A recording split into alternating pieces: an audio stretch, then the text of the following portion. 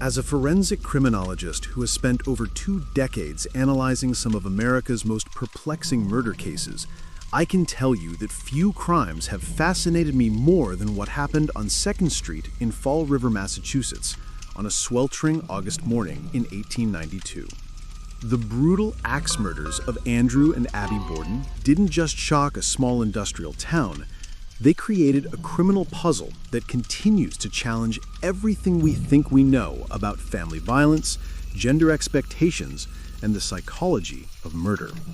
My name is Dr. Richard Hartwell, and I've devoted the last 15 years to studying the behavioral patterns, forensic evidence, and psychological profiles of 19th century homicides. The Borden case presents unique characteristics that defy conventional criminal profiling. After analyzing thousands of pages of trial transcripts, police reports, and contemporary accounts, I believe I've uncovered aspects of this case that previous investigators missed entirely. On the morning of August 4th, 1892, the temperature in Fall River had already climbed past 80 degrees by 9 a.m. Inside the Borden household at 92 2nd Street, a family was about to be torn apart in the most literal and horrifying way imaginable. What makes this case extraordinary isn't just the savage nature of the murders. It's the mathematical impossibility of the crime as it was presented to the jury, and the psychological profile of the primary suspect that challenges every assumption about female violence we held then and continue to hold today. Andrew Jackson Borden, one of Fall River's wealthiest citizens, would receive 11 devastating blows to his head with a sharp-edged weapon. His wife, Abby, would suffer 19 similar wounds, her skull so severely damaged that her brain matter was exposed. The weapon of choice appeared to be a hatchet or small axe, wielded with such fury that blood spatter reached the ceiling in the guest bedroom where Abby died. Yet somehow, impossibly, the only other person in the house claimed to have seen and heard nothing, until she discovered her father's mutilated body in the sitting room. That person was 32-year-old Lizzie Andrew Borden, a Sunday school teacher and active member of Fall River's social elite. According to modern criminal psychology, everything about Lizzie Borden should have made her the least likely suspect. Women in 1892 rarely committed violent crimes, especially not the kind of frenzied overkill attack that characterized these murders. The statistical probability of a middle-class, educated woman brutally murdering her parents with an axe was virtually zero. And yet, as we examine the behavioral evidence, the timeline inconsistencies, and the psychological pressures within the Borden household, a different picture emerges entirely. The Fall River police, untrained in modern investigative techniques, made critical errors from the moment they arrived at the scene. They allowed curious neighbors to walk through the crime scene, contaminating evidence. They failed to secure the basement where the murder weapon was likely cleaned and disposed of. Most significantly, they didn't understand the psychological behavior patterns that modern criminologists recognize as classic indicators of family violence brewing beneath a respectable facade. What I've discovered through decades of studying similar cases is that the Borden murders fit a specific pattern of domestic homicide that wasn't understood in the 1890s, but is well documented today. This wasn't a random act of violence or a burglary gone wrong, as some theories suggested. This was the explosive culmination of years of psychological pressure, financial control, and family dysfunction that had reached a critical breaking point. Before we dive deeper into the psychological analysis that could have solved this case over a century ago, I need you to do something. If you're fascinated by the intersection of criminal psychology and unsolved mysteries like I am, hit that subscribe button and ring the notification bell. What I'm about to reveal about Lizzie Borden's psychological profile has never been analyzed through the lens of modern criminal psychology, and you won't want to miss how this changes everything we thought we knew about America's most famous accused murderess. To understand what really happened in the Borden house, we need to examine the family dynamics through the lens of modern domestic violence research. Andrew Borden was not the kindly patriarch that Victorian society expected. He was a controlling, miserly man who dominated every aspect of his daughters' lives well into their adulthood. At 70 years old, He still controlled the finances of his 32-year-old daughter Lizzie and 42-year-old sister Emma with an iron fist. In criminal psychology, we call this financial abuse, a form of domestic control that creates intense psychological pressure and resentment. Andrew Borden was worth approximately $300,000 in 1892, equivalent to about $10 million today. Yet he forced his daughters to live in genteel poverty, denying them the social status and independence their wealth should have afforded them. They had no gas lighting, no indoor plumbing, and were required to account for every penny they spent. More significantly, Andrew had recently made financial decisions that threatened his daughter's inheritance. He had given property to his wife's Abby's relatives, and there were rumors that he planned to change his will to leave more money to his second wife than to his biological daughters. In criminal psychology, we recognize this as a classic precipitating factor in family homicides, the threat of financial disinheritance combined with years of psychological abuse. Abby Borden, Andrew's second wife, represented another psychological stressor that modern criminologists understand, but that 1890s investigators completely missed. Abby was only a few years older than Emma, Andrew's eldest daughter, but she held the position of authority in the household. This created what psychologists call role confusion and authority conflict. Lizzie never accepted Abby as a stepmother, referring to her only as Mrs. Borden, even after nearly 20 years of marriage. The morning of August 4th began with what appeared to be routine family dysfunction, but which I now recognize as the final trigger event. Abby had gone upstairs to the guest bedroom, ostensibly to make the bed. Andrew had returned from his morning business rounds and was napping in the sitting room. Emma was out of town. The maid, Bridget Sullivan, was outside washing windows. This left Lizzie alone in the house with her two primary sources of psychological oppression. What happened next challenges everything that Victorian society believed about women and violence. The forensic evidence suggests that Abby was attacked first, around 9:30 a.m., while she was in the guest bedroom. The nature of her wounds, 19 blows to the head and neck, indicates what forensic psychologists call overkill. This wasn't murder for financial gain or even murder in self-defense. This was murder driven by years of accumulated rage, finally released in an explosion of violence. The killer then waited. This is crucial to understanding the psychology of the crime. After committing murder, the killer was able to keep their composure, possibly change clothes, wait an additional 90 minutes before attacking Andrew. This demonstrates what we call compartmentalized thinking, the ability to commit extreme violence and then return to normal behavior patterns. It's a psychological trait that's extremely rare and indicates a specific type of personality disorder. When Andrew Borden returned home around 10:45 a.m., he was exhausted from the heat and his morning activities. He lay down on the sofa in the sitting room for a nap. The killer approached behind and delivered 11 savage blows to his head, with such force that one blow split his eyeball in half. The angle and pattern of the wounds suggest the killer was standing above and behind the sofa, bringing the weapon down in a chopping motion. Here's where the case becomes truly fascinating from a criminal psychology perspective. After committing these brutal murders, the killer had to dispose of the weapon, clean any blood from their person and clothing, and prepare to discover the crimes. The timeline suggests this was accomplished in less than 30 minutes. This level of planning and execution under extreme stress indicates a perpetrator with unusual psychological composure and organizational skills. Lizzie Borden's behavior following the discovery of her father's body is textbook for what modern criminologists call inappropriate affect. She showed remarkably little emotion for someone who had just discovered her father's mutilated corpse. She answered questions with unusual calm and precision. Most tellingly, she showed more concern about her appearance and reputation than about the brutal deaths of her family members. When police arrived, Lizzie's story contained multiple inconsistencies that investigators in 1892 weren't trained to recognize as indicators of deception.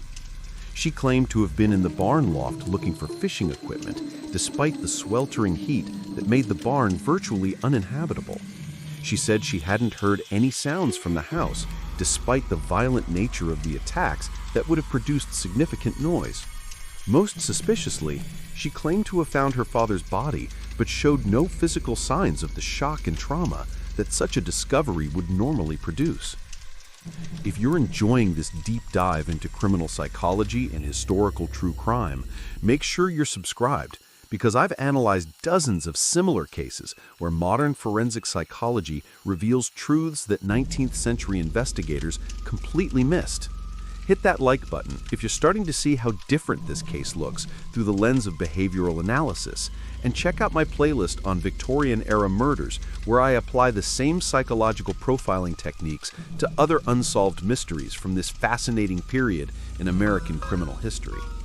The investigation that followed reveals everything wrong with 1890s police work, but also demonstrates how modern criminal psychology could have solved this case within days. The Fall River police focused on physical evidence while completely ignoring behavioral evidence. They searched for bloody clothing, but didn't understand that the killer would have had ample time to destroy any incriminating garments. They looked for the murder weapon, but didn't consider that it could have been hidden in plain sight among the household tools. Most critically, they failed to understand the psychological profile of domestic violence perpetrators. In my analysis of similar cases from this period, I've found that family homicides often involve perpetrators who appear completely normal to the outside world while harboring years of suppressed rage. These individuals are often highly intelligent, socially competent, and capable of maintaining elaborate deceptions for extended periods. Lizzie Borden fit this profile perfectly. She was educated, well-spoken, and active in community organizations. She taught Sunday school and was involved in charitable work. To the outside world, she appeared to be the ideal Victorian daughter. But criminal psychology teaches us that public persona and private psychology can be completely disconnected, especially in cases involving prolonged psychological abuse and control. The physical evidence, when analyzed through modern forensic techniques, actually supports the theory of Lizzie's guilt more strongly than investigators realized at the time. The timeline of the murders required the killer to be intimately familiar with the household routines. They knew when Bridget would be outside, when Andrew would return from his errands, and when Emma would be away. This wasn't random violence. It was carefully planned execution that required insider knowledge. The weapon itself provides crucial psychological insight. An axe or hatchet was readily available in most households of this period, but it's also a weapon that requires significant physical strength and psychological commitment to use effectively. Unlike a gun, which allows for distance between killer and victim, an axe requires close contact and repeated physical exertion. The choice of weapon suggests someone comfortable with violence and capable of sustaining a brutal attack despite the physical and psychological demands. The crime scene analysis reveals another fascinating aspect of the killer's psychology. After murdering Abby upstairs, they took time to arrange or rearrange items in the room. This behavior indicates what psychologists call undoing, an attempt to psychologically minimize or control the impact of the violence. It suggests the killer had an emotional connection to at least one of the victims, most likely Abby, and felt compelled to somehow restore order to the scene. The trial of Lizzie Borden began on June 5, 1893, nearly 10 months after the murders. It was a sensation that captured national attention, largely because it challenged Victorian assumptions about women and violence. The prosecution faced an almost impossible task, convincing an all-male jury that a respectable middle-class woman could be capable of such brutal brutality. The defense strategy was brilliant in its simplicity. They portrayed Lizzie as the embodiment of Victorian womanhood, gentle, refined, and incapable of violence. They argued that the very nature of the crimes proved her innocence, as no lady could possibly commit such brutal acts. This strategy worked because it aligned with the jury's preconceived notions about gender and violence, but it ignored the growing body of evidence about female perpetrators of domestic violence. From a modern psychological perspective, the most significant evidence against Lizzie was her behavior in the days and weeks after the murders. She showed no signs of the post-traumatic stress that would be expected from someone who had discovered such horrific crimes. She continued her normal social activities, attended church, and maintained her usual routine. This emotional detachment is consistent with what we now recognize as antisocial personality traits. Perhaps most tellingly, Lizzie attempted to purchase prussic acid, hydrogen cyanide, from a local pharmacy just days before the murders. The pharmacist refused to sell it to her because she couldn't provide a valid reason for needing such a deadly poison. This premeditation element, largely overlooked at the time, indicates that the murders weren't crimes of passion, but carefully planned execution. The forensic evidence that was available in 1892, when properly analyzed, actually provided a clear picture of the killer's identity. The blood spatter patterns indicated that Abby was killed by someone of average height wielding the weapon from above. The angle of Andrew's wounds suggested an attacker standing behind the sofa where he was sleeping. Both crime scenes showed evidence of the killer having enough time to clean the weapon and potentially change clothing. Most critically, there was no evidence of forced entry, no signs of burglary, and no indication that anyone outside the household had access to the victims at the time of the murders. The killer had to be someone with legitimate access to the house, someone familiar with the family's routines, and someone capable of remaining calm enough to execute a complex plan under extreme stress. I want to hear from you in the comments below. Based on everything we've analyzed about the psychological profile and behavioral evidence, do you think Lizzie Borden was guilty? Have you ever lived in a small town where everyone knew about a local mystery that was never officially solved? What aspects of this case do you find most compelling from a psychological perspective? Share your thoughts and theories.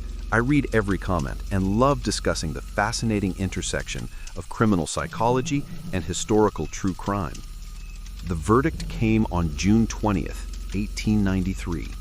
After deliberating for just over an hour, the jury found Lizzie Borden not guilty on all charges. The speed of their deliberation suggests they had made up their minds before hearing all the evidence, likely influenced more by Victorian social expectations than by forensic facts. But criminal psychology tells a different story. When we analyze the Borden case through modern behavioral science, we see a textbook example of domestic violence escalating to homicide. We see psychological abuse, financial control, and family dysfunction creating the perfect storm for explosive violence. We see a perpetrator with the intelligence, opportunity, and motivation to commit these crimes, combined with the psychological traits necessary to plan and execute such a complex murder scenario. The aftermath of the trial reveals even more about Lizzie's psychological profile. Rather than showing relief or gratitude for her acquittal, she demonstrated what psychologists call grandiose behavior. She immediately purchased a large mansion in Fall River's most prestigious neighborhood, naming it Maplecroft. She began living an extravagant lifestyle that would have been impossible under her father's financial control. This behavior suggests that the murders achieved exactly what the killer intended: freedom from psychological and financial oppression. Lizzie's post-trial behavior also included several incidents that aligned with antisocial personality patterns. She was accused of shoplifting from a Boston department store in 1897. She had a falling out with her sister Emma that resulted in Emma permanently leaving Fall River. She showed little interest in maintaining the social relationships that had been important to her before the murders. These behavioral changes are consistent with someone whose true personality was finally able to emerge after years of suppression. The community's reaction to Lizzie's acquittal provides insight into the social dynamics that made this case so challenging for investigators and prosecutors. Fall River society was divided between those who accepted the jury's verdict and those who remained convinced of her guilt. Many former friends and social acquaintances ostracized Lizzie, suggesting that people who knew her personally had serious doubts about her innocence despite the legal outcome. From a criminal psychology perspective, the Borden case represents a perfect example of how social biases can interfere with criminal justice. The investigators, prosecutors, and the jury were all influenced by Victorian assumptions about women and violence that prevented them from objectively analyzing the behavioral evidence. They couldn't conceive of a respectable woman committing such brutal crimes, so they ignored or minimized evidence that pointed to exactly that conclusion. Modern criminal profiling techniques would have approached this case very differently. We would have focused on the psychological dynamics within the household, the patterns of control and abuse, and the behavioral indicators that preceded the violence. We would have recognized that gender doesn't determine capacity for violence, especially in cases involving prolonged psychological pressure and family dysfunction. The forensic psychology of the Borden case also reveals important insights about the nature of family violence that weren't understood in the 1990s. Domestic homicides rarely occur without warning signs. There are usually years of escalating control, abuse, and psychological pressure before the violence explodes. In the Borden household, these warning signs were present, but weren't recognized by contemporary observers who viewed family dynamics through the lens of Victorian patriarchal norms. The case also demonstrates the importance of understanding motive in criminal psychology. The prosecution struggled to establish a clear motive for the murders, largely because they focused on immediate triggers rather than long-term psychological pressures. Modern criminologists understand that motive in family homicides is often complex, involving years of accumulated resentment, control, and abuse, rather than single precipitating events. What makes the Borden case truly fascinating from a criminal psychology perspective is how it challenges our assumptions about the relationship between personality and behavior. Lizzie Borden appeared to be a model Victorian woman, religious, charitable, and socially appropriate. But criminal psychology teaches us that public persona can be completely disconnected from private psychology, especially in individuals with certain personality disorders. The psychological profile that emerges from analyzing all available evidence suggests someone with narcissistic and antisocial traits, capable of maintaining an elaborate public facade while harboring deep resentment and capacity for violence. This type of personality can function normally in society for years while building internal pressure that eventually explodes in extreme violence. Today, more than 130 years after the murders, the Borden case continues to fascinate criminologists, historians, and the general public. It represents a perfect intersection of criminal psychology, social history, and forensic science. When we strip away the Victorian social biases and analyze the case through modern behavioral science, the evidence points clearly to a conclusion that the 1893 jury couldn't accept. The brutal murders of Andrew and Abby Borden weren't random acts of violence or the work of an outside intruder. They were the inevitable result of years of psychological abuse, financial control, and family dysfunction that created the perfect conditions for explosive domestic violence. The perpetrator was someone with intimate knowledge of the household, the psychological capacity to plan and execute complex murders, and the motivation to eliminate the sources of their oppression. Lizzie Andrew Borden lived the remaining 34 years of her life in Fall River, never marrying, never leaving for extended periods, and never showing any apparent remorse or trauma related to the brutal murders that made her famous. She died in 1927, taking whatever secret she held to her grave. But through the lens of modern criminal psychology, those secrets become much less mysterious. The case of Lizzie Borden represents everything we've learned about domestic violence, family homicides, and the psychology of murder in the centuries since her trial. It demonstrates how social biases can blind us to obvious truths, how gender stereotypes can prevent justice, and how understanding criminal psychology is essential to solving even the most perplexing cases.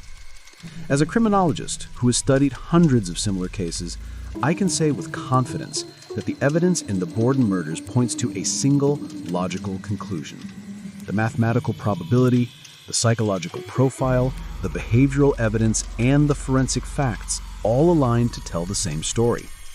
On that sweltering August morning in 1892, Lizzie Borden took an axe and gave her stepmother 19 whacks. When she saw what she had done, she gave her father 11 more. The jury may have found her not guilty, but criminal psychology tells us the truth that Victorian society couldn't accept. Sometimes the most unlikely suspect is exactly the right one, and sometimes the most brutal crimes are committed by those who appear most incapable of violence. The Borden case teaches us that understanding criminal psychology isn't just about solving old mysteries.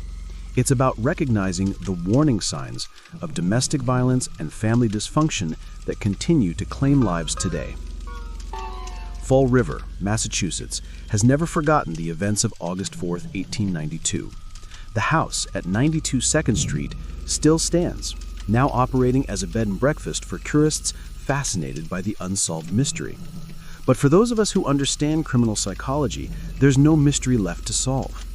The evidence speaks clearly to anyone willing to listen without the bias of Victorian social expectations.